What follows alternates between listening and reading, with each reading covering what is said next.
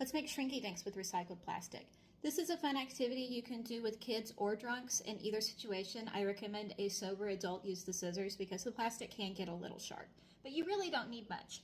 So first you need your recycled plastic. This is the lid off of a birthday cake from Walmart. You just need to make sure that it's number 1 or number 6 on the triangle. Nacho Supreme from Taco Bell used to have the right type of plastic on it. I've mentioned that before. A lot of your fast food containers are made out of 1 or 6. This will make a lot. Like, this is like way too much plastic. I'm not going to use much at all. So besides that, you're going to need a good pair of scissors, some markers or colored pencils. This little screwdriver, I'm going to use it as kind of a hole punch because I can't find my hole punch, just to put little holes in it. If you wanted to make like wine glass charms, sun catchers, or anything like that, if you want to make a little keychain, I would suggest having a hole puncher or something you can punch a hole with. Old pan and an oven. The first thing we're going to need to do is cut down our plastic to a more workable size because it's round and we want a flat surface to draw on. Again, I recommend a sober adult do this and not a child. This is something I did with my kids when they were little. They're 16 and 17 now, so we haven't done this in a while. I actually found this on StumbleUpon, which was kind of algorithmic before the algorithms that we see today. You put in your list of interests and hit the button, and it would bring up a related website. So I remember I found these on there, and I found a bunch of other really interesting stuff. I really miss StumbleUpon. TikTok is really a pretty good alternative to Stumble. I found some really interesting crafts on here as well. After you've got your piece of plastic, now you just draw on it. So I'm going to draw on it using Sharpies as well as colored pencils. I do remember these working out pretty well, and you'll get to see. So this is going to shrink down quite a bit. I think it shrinks down like 60 to 80%. You don't want to put too many details on here because it will get muddy.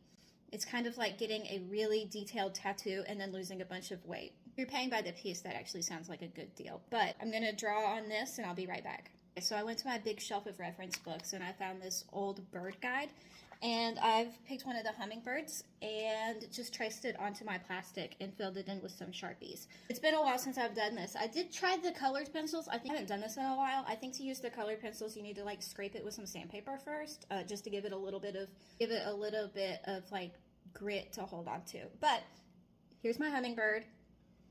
And see how big it is? I'm going to cut out another piece of plastic so that we have a reference. Okay, so here's my hummingbird. I cut out another piece of plastic and put a circle around it so that we understand how big this was before I start chopping at it. So now I'm going to take my hummingbird and I'm going to cut around it a little better, and I'm going to leave a little spot so I can poke a hole.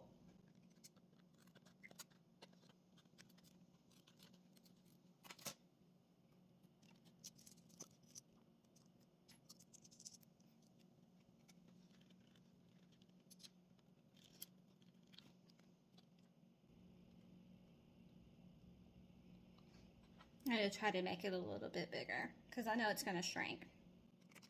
Let's see.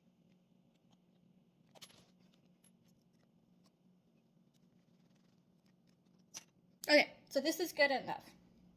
I forgot to mention this, but you're going to want some parchment paper too to put on your baking tray.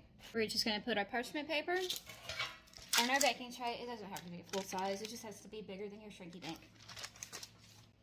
So then we're just going to put this on there. When we put it in the oven, we're not going to put it in long. We're going to put it in for probably a minute, max 2.5 minutes, and you're going to watch it. And it's going to look really scary for the first couple seconds. It's going to go like, ah! Right? And it's all going to curl up, and it's going to look bad. But you just have to leave it in there a couple more seconds, and it will flatten itself out. Okay? So we just don't panic. It's a great lesson for life. It's a great lesson for shrinky dinks. Just don't panic. You can do this in a toaster oven as well. That's probably preferable. I just don't care about like fumes or anything. I'm the only one home, but me and the cats, like if we die, we die. I've got life insurance. The kids will be fine. I'll show you up close and personal, but my oven is pretty dirty.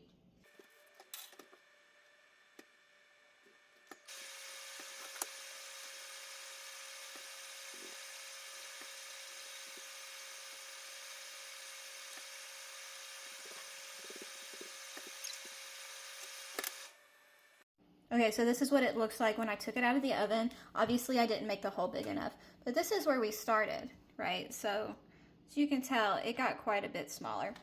So, and this is the best part when you flip it over. Look how pretty that is. And you remember how light and see-through it was when we stuck it in there? Super cute, super easy to do. Always a crowd pleaser.